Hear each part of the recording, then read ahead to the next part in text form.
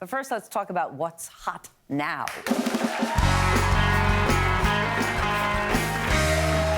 I'm falling all over my words this morning. I don't know what's the matter. You look super hot. I love when you have jeans on. Thank You're so you. hot. Thank you. Pure. See, I haven't been drinking. Maybe I should go back to it. Good work. We are in the heart of New York City. We love New York, obviously. A lot of gridlock yesterday afternoon because President Obama was in town for a fundraiser. He took in the popular Broadway show Hamilton. Can't get a ticket for that, but of course he's the president. Then made some comments about last week's CNBC Republican debate, which was criticized by both the candidates and the GOP. Meanwhile, new polls show a surge by Ben Carson. He now leads the Republican presidential race with 29% of GOP primary voters. Donald Trump in second place with 23%. That's an NBC News Wall Street Journal poll. There have been so many of them. I guess my point when I look at these polls, it doesn't mean anything. It's so early in the race, it's irrelevant. And I fear that people who are down low in the polls, people are going to look at them and go, they could never make it. Because no one wants to back a loser, and most people are going to look at these polls and think that's real, and no one wants a loser. So I think that's I don't think that's good for these candidates. But this time last time, weren't you talking about the polls? Or? We were saying in 2007, I think Hillary Clinton, when she was running against Obama, was at 47% right now, and Obama was at 25%, and we know how that turned out in 2007. So it's a long race. But I have a question for you guys: has anyone here gotten a phone call from a polling, like when you get a phone call late night? Who takes the polls? I mean, these are not an exact science. So it's sort of, we have to be careful of how these sort of, dictate the elections a little bit, but this is too far in advance to tell, in my opinion. I think it's unfair to be counting candidates out. I think we should be looking at everyone fairly and asking questions about all of them because you don't know a lot of their positions, especially when you hear them in a debate. They have to count themselves out because they can't get the funding. Well, what Lance said is, no one wants to back a loser, so it becomes very, hard when you see these numbers. You're like, oh, they're not going to win anyways. I'm just going to jump on the bandwagon. That's not fair in politics. No, exactly. All right, speaking of these candidates this weekend, Donald Trump is scheduled to host Saturday Night Live. Will you watch him?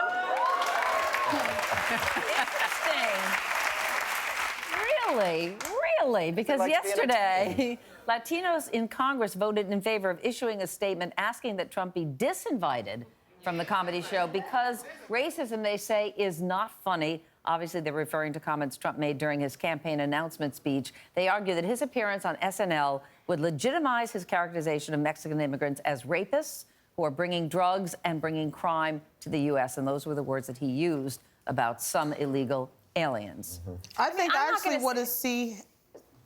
I meant to say illegal immigrants. Illegal aliens, I don't know what he feels about. I mean, I will say this. I'm not going to sit up here and go on some anti-Trump tirade, but, I have questions. And I guess my biggest question is, back in the summer, when he made these statements, NBC Universal did sever ties with Miss Universe and with The Apprentice. With their business ventures, joint business. Right. So why is SNL exempt is one of my questions. And, I think the other thing is, if Trump were to make these comments about gays or African Americans and their inflammatory comments, would he be invited to host SNL? I think he's made a lot of... Well, number one, I want to see him on SNL because I think he's the greatest comedian of all time. But what you're doing is continuing... that's... he's hilarious. You're giving him more airtime to push ahead an inflammatory agenda against an entire ethnic group. I would like to clarify that he has said things about black people. He has said in the past that he's been accused of saying that he thinks that blacks have laziness as a trait for them. He's also saying that? Absolutely, and he's also gone on record and says he has a problem with Black Lives Matter, which is something that I'm for. A lot of black people consider Black lives to matter. So I think he has said some inflammatory things about all kinds of people because he doesn't think. But when you talk about a comedy sketch, I would love to see him in a comedy sketch. I don't want to be my president, but I'll watch him on SNL. I think it's wrong, and I think SNL, to me at least, as the Mexican sitting on this panel, to me, it's a sad day for SNL because I feel like they're valuing ratings and ad revenue over the dignity and respect of my entire ethnic group, SNL and that's had offensive a lot of controversy in its past. This is not anything. I hope you don't take it as a direct against Mexican Americans because all kinds of people have had problems with SNL. I think that's what they do. They're on the pulse of what's happening now. So they're going to bring someone in that's happening. And I can see what you're saying because when you host SNL, that means the public. You're beloved by the public. public. So you're confirming that people love That's Trump. not And necessarily it's the true. average- They don't Well, I always mean, have people You have to be what host? You usually are, yes. What host yes. of Very SNL is not popular. beloved? Yes. They've had a lot of controversial hosts on there. I mean,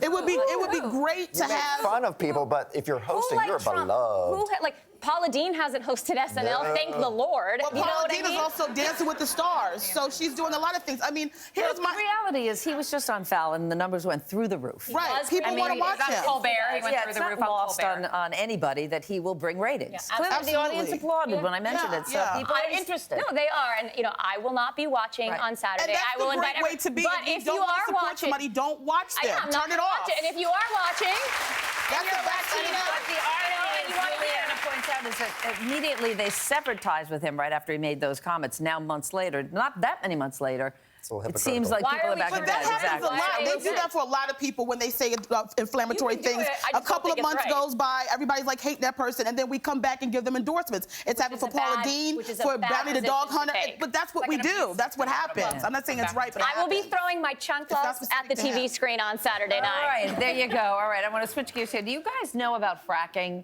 It is a technique to extract natural gas by well drilling, and opponents say it's not adequately regulated and environmentally hazardous. There are a lot of people who are very opposed to it. Well, yesterday on Monday Night Football in Charlotte, North Carolina, fracking protesters unfurled a banner during the televised game between the Carolina Panthers and the Indianapolis Colts. They actually repelled from I guess one of the media boxes, the sky boxes, and they would not listen to the police. It took firefighters to get in there to get them out of there. They said that was the only way they could get noticed. Did they cross a line? Yeah. This isn't the first time something like this has happened. Well, sometimes you have to do things that get attention. And I mean, you think about fracking, and I've researched fracking a lot, and I still don't know the whole story about fracking. But what I've researched is it's very dangerous for the environment. And there's a lot of lobbyists out there that are fighting or for fracking. Right. And there's billions of dollars going behind this, so they can easily buy ads, on television during a football game. These people that are against fracking, they have no other route but to try to get attention. Well, So I think you can get on. You can get on social media. Number one, because social media is very popular. Like a lot of on an things like the trend. anti-fracking? A lot of things like the trend. But for me, I think when you do something like that, it diminishes your cause because now there's all this chaos involved with what they're doing. I know they were trying to do a good thing, but go about it a peaceful way. Don't do something that's We're so talking about it right now. Have to go get them too. So We're talking about We it. are It talking worked. about It worked. I don't want to put anyone in danger with these protests, but this worked, and we should research fracking right now and see if you agree with it after you. all right, there you go.